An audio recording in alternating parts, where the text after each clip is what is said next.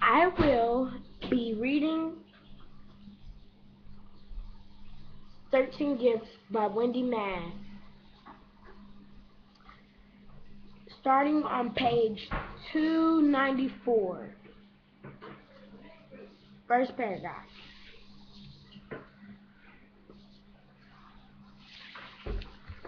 Monthly issues.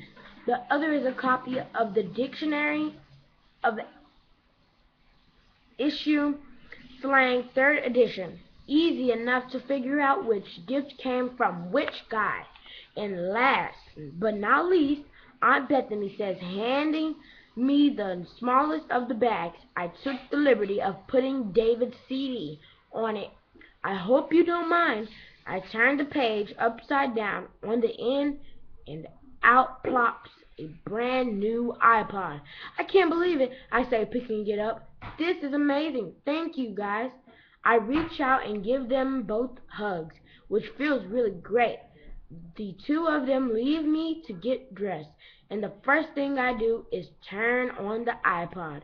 Soon enough, I'll be turning it over to Mom as a replacement for losing hers. But it's all mine for at least another month. I recognize the name of the song that David sang at an apple grove and put that one on. Then I lie back down and close my eyes. It's just as beautiful as it was then, so much so that I can swear I feel the earth spinning again below me. Emily and I arrive early at the community center, a bunch of teenage girls already hanging around outside.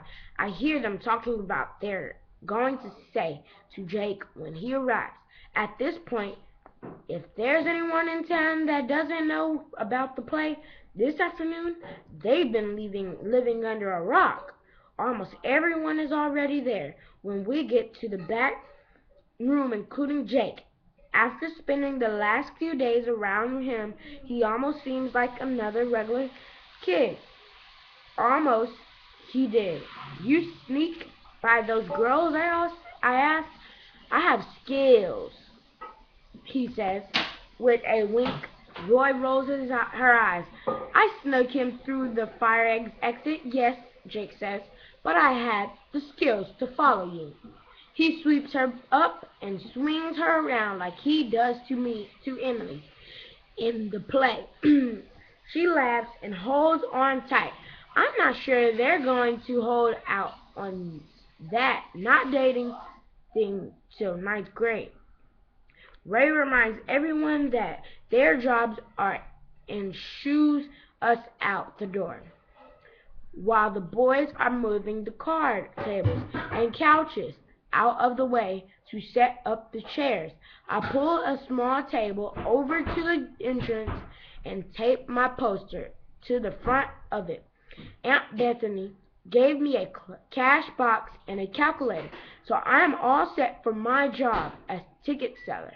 I pulled out the playbills from the cabinets where I'd stored them the day before and piled them up.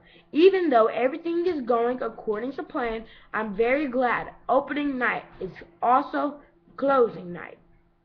Big Joe starts putting up the sets, and I go over to watch. I'm amazed at what he's been able to do in such a short period of time. He even painted a background of a forest. Ray has it organized so that each song takes place on a different part of the stage, and Big Joe is setting up according to chart that Ray drew. There's the outside of Tavia's house, the kitchen and living room, the forest, and the roof for the fiddler to set on.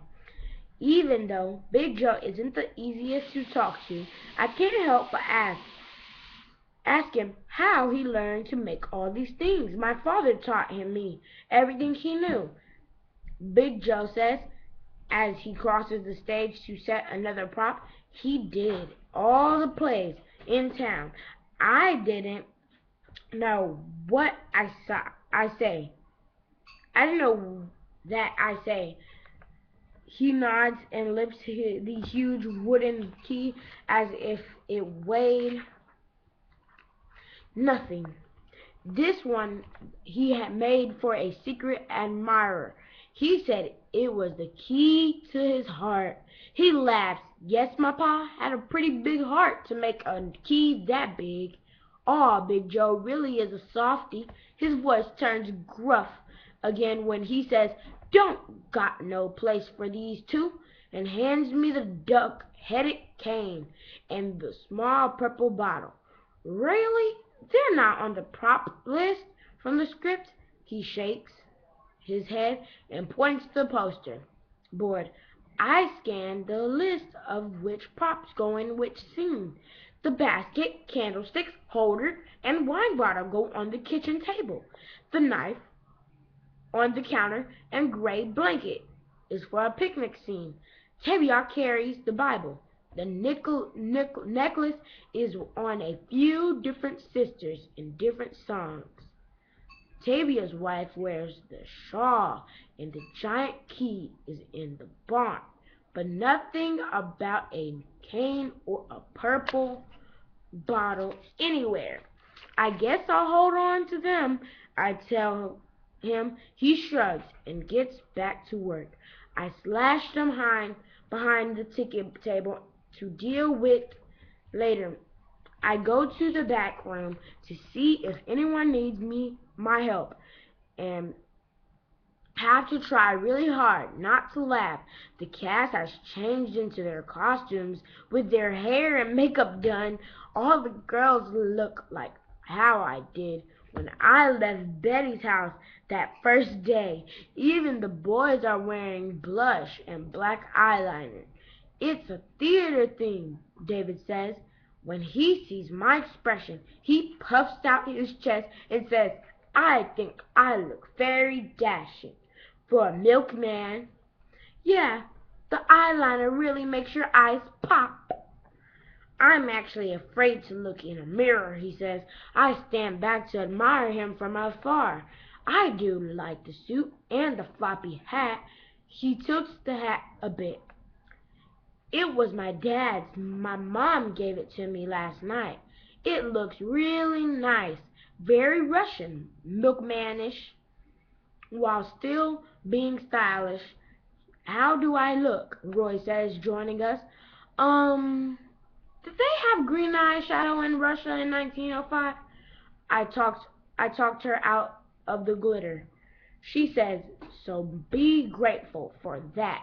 If I break out in hives, you'll have to toss me my allergy medication. Emily joined us, all dressed in her top and long skirt, a blue and white bonnet covering the top of her head.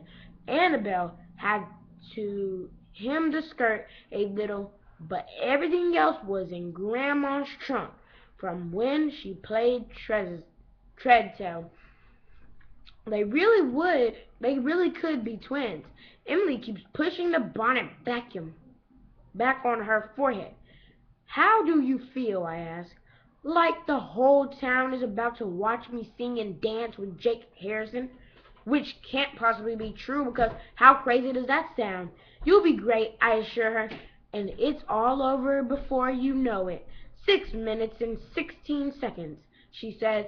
That's how long my two big numbers are combined. The rest of the time, I'm just in the background. She wanders off, pushing her bonnet away from her eyes and whispering 6 and 16. 6 and 16. Do you think she'll be okay? I ask Roy. You know her a lot better than I do.